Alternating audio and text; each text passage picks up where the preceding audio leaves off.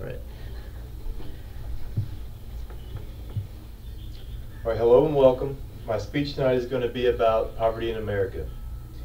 2008, the U.S. Census declared that 15.5 million children were living in poverty, and that relates to about 20% of all the children in the United States were in poverty. Poverty is an often overlooked issue in America. However, I think when you look at the stats, like I did, I think you'll be just as surprised to find that there are so many people that are suffering from poverty.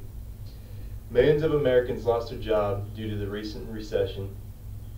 Hundreds, if not thousands, have lost their jobs here in Clarksville alone, and maybe you know some of them, or maybe you are one of them. And according to the USA Today, 1 out of every 6 Americans is on a government anti-poverty program. And the Department of Agriculture released in June 2011 that 41 million Americans applied for food stamps, which they said was the highest amount ever recorded. Our main points tonight are going to be how families are affected by poverty, how race relates to poverty, and the effects on children in poverty. Our first point is families are America's greatest asset.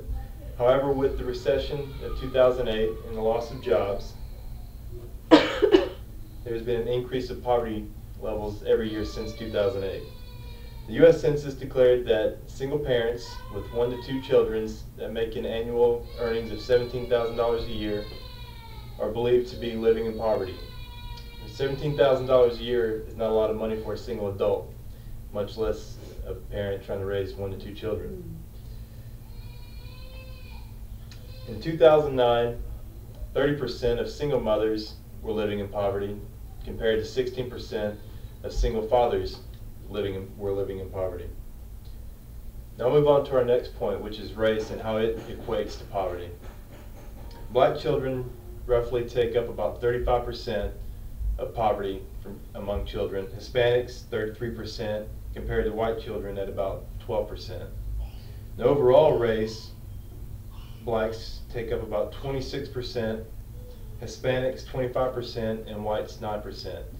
However, there are no conclusive studies to prove why there are such big discrepancies in race relations and poverty. And on to our final and most important point, I believe, is children in poverty. And I believe the Americans hurt worst by poverty is its children, mainly because they cannot help the situation they're in. The NCCCP stated that children that live in poverty are more likely to suffer from developmental issues emotionally and psychologically compared to their peer counterparts that do not live in poverty. Inner city children are also more likely to suffer from poverty compared to rural children. In New York City alone, 762,000 children live in poverty, and of those 762,000, 100,000 are homeless. So in our conclusion tonight, we've talked about how statistics play a vital role in understanding poverty, but those statistics also help to identify susceptible groups of people to poverty. Statistics are disturbing, as I've stated, and surprising, and mainly surprising because of the developed country we are, and that we are the most developed country in the world. I hope these statistics were helpful in getting you to understand the status of poverty in America. Thank you. Good job. Just to prove that I have 5 people. Oh, you're getting there. There we go. Now I get you. Their legs. 2 kids. Kids count too.